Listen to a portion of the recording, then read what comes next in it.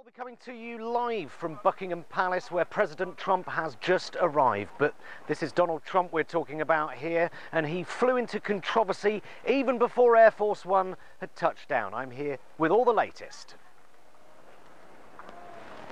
So even before he's even landed, he's called the Duchess of Sussex nasty and the Mayor of London a stone-cold loser. At tonight's state dinner, he's expected to call the Queen a frumpy old bat. The first state dinner in history with McDonald's on the menu. I love it. He's caught on tape calling Meghan Markle nasty, and then he calls it fake news, even though it's on tape. That tells you all you need to know. He's either a liar or doesn't remember what he said from one day to the next, which means he's insane. Either way, he's also the most powerful man on the planet.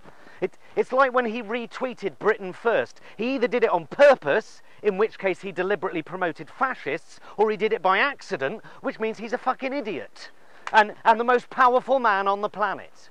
All right? He's the only president I can remember that hasn't at least claimed to want to represent his entire country. His presidency only exists through the prism of division. What does Donald Trump have to do before we stop rolling out the red carpet? Take the piss out of the disabled?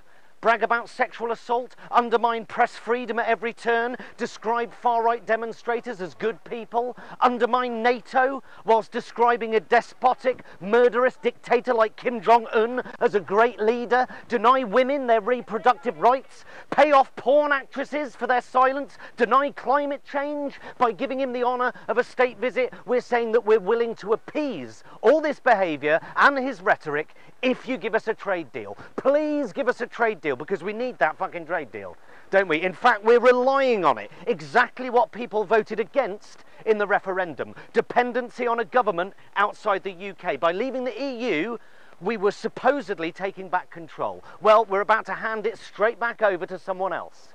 A trade deal with this present administration involves giving up a huge amount of soft power, okay? We're giving up EU rules, which are, you know, safety first, and we're taking US rules instead, which is kind of more, screw it, if it costs a few people's lives and a few lawsuits, it's worth the risk. Brexit was sold to us as the only way to save the NHS. As soon as we start getting into bed with Big Pharma, that is the end of the NHS as we know it. If Donald Trump is our only hope post-Brexit, then we're fucked, quite frankly.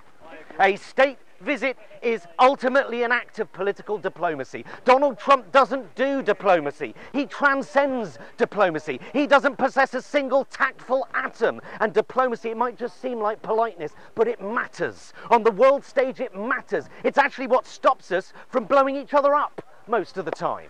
Yeah? President Donald Trump, a man who looks like a pickled intestine in a suit with shit hair. His hair, it looks like, you know, one of those eggs that's still got a bit of shit on it, and stuck to the shit is a little bit of feather. Yeah, that's his hair, okay? President Donald Trump, okay? A pickled intestine in a suit with shitty feather egg hair. Okay, yeah, okay. Well, there's no love lost between President Trump and Sadiq Khan. Apparently, the president was fuming as he stepped off Air Force One, telling the foreign...